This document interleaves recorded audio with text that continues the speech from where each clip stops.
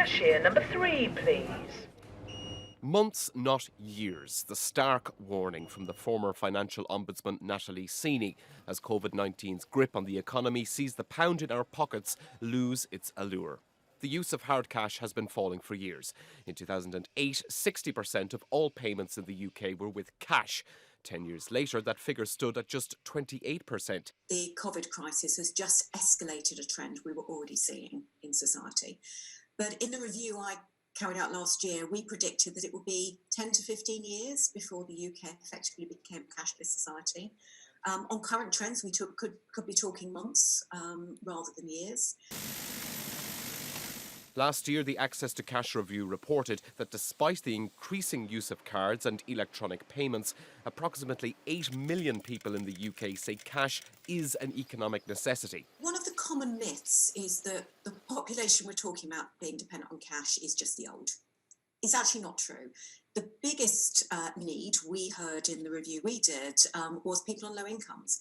And there's a really simple reason why. If you've only got £50 to last the week, if you've got it in cash, you can budget. Using direct debits is actually quite dangerous because they might come out of your account when you haven't got any money. How are you keeping, Mark? Is all good?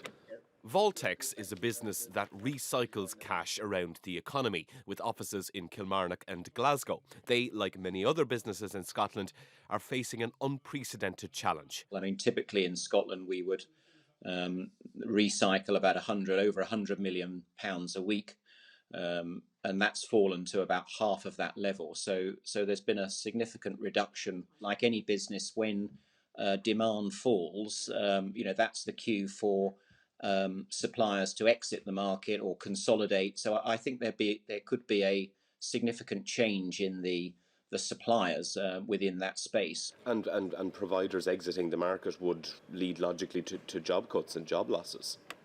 Undoubtedly, I would say, yes, regrettably.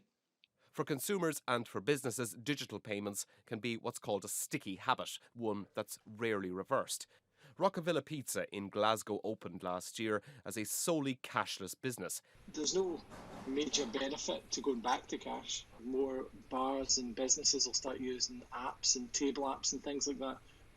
So you won't even have, stop you even interacting with a member of staff to a certain extent. In the current environment, it cuts down that, these interactions, which is what every, retail business has got to look towards, and every hospitality business is how to make it safer for their staff and for the customers.